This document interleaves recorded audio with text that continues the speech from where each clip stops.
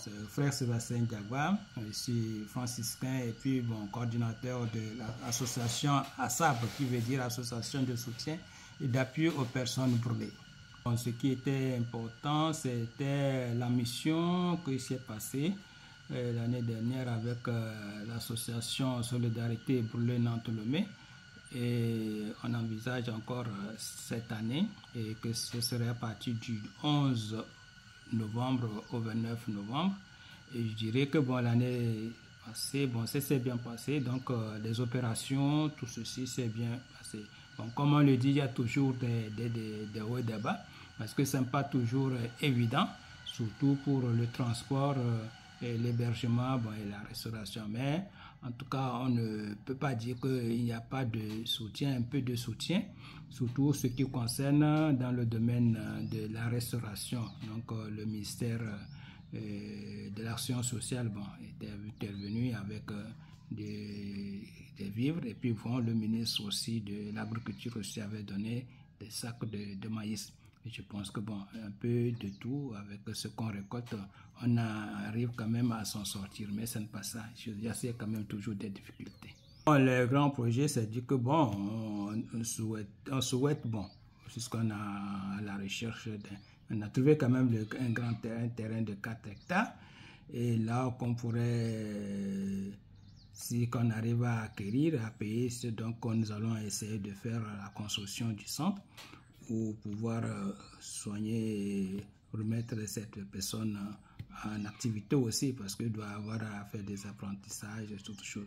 Donc c'est surtout le centre qui est important, donc où on pourra aussi les soigner, faire des opérations, la rééducation, tout ceci qu'il faut. Donc on est en train, donc avec, je pense avec la grâce de Dieu, ça pourrait peut-être aller, mais on a toujours lancé des demandes, des projets, mais nous sommes toujours dans l'attente et j'espère que bon, on espère que un beau jour ça va se concrétiser. Je dirais que c'est un cas crucial parce que ces temps-ci même, il y a eu des cas vraiment graves. Donc bon, j'espère que ça va un peu mieux, mais il faut vraiment qu'on fasse, bon, il y a la sensibilisation qui se fait, mais je pense que ça ne suffit pas. Il faudrait qu'on continue par lancer, par dire aux parents, aux enfants, aux femmes, tout ça là, surtout ceux qui font la boisson et choses, et même surtout avec les bouteilles de gaz, bon, c'est toujours chose même.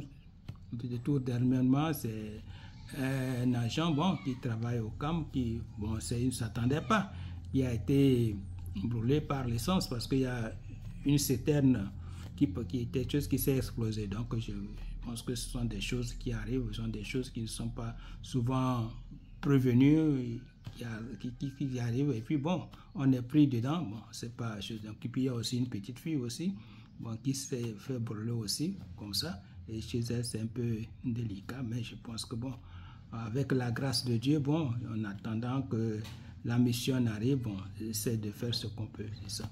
Mais dans la région des Savanes, mais c'est surtout l'étendue du territoire.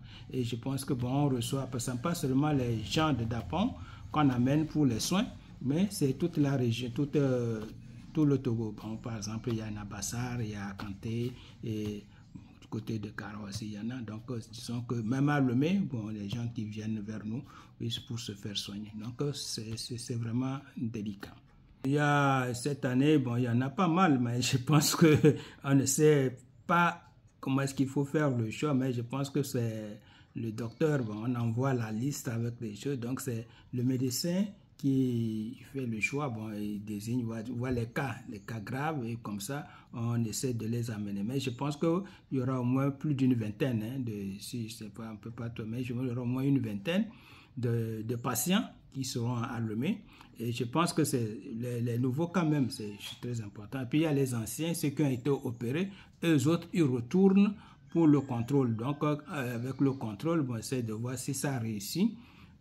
Et les autres, ils peuvent repartir. Mais si ça n'a pas réussi, il faut reprendre l'opération.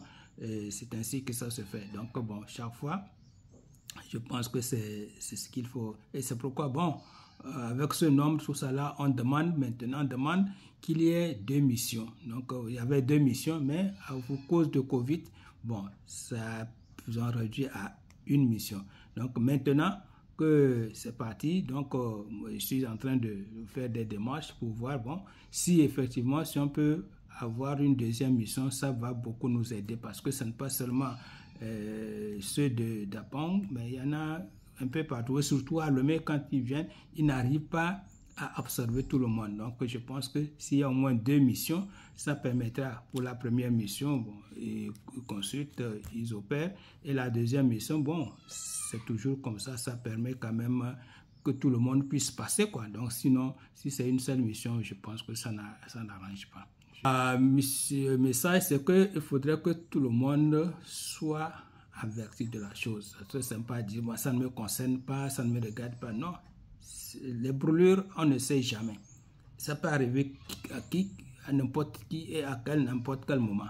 Donc je pense que bon, quand on parle, bon, ceux qui entendent, ceux qui essaient de faire quelque chose, tout le monde peut adhérer à l'association. Pas seulement dire, moi je ne suis pas brûlé, ça ne me concerne pas. Non, tout le monde peut adhérer à l'association et c'est ça qui permettra à l'association de vivre et de prendre ses envols, les choses. Donc moi je pense que j'appelle au bon sens de tout le monde de pouvoir venir à l'association. L'association, c'est au centre pastoral Monseigneur Arion. Ceux qui ne connaissent pas, bon, qu'ils viennent et ils vont voir ASAB et qu'ils demandent, bon, ils prendront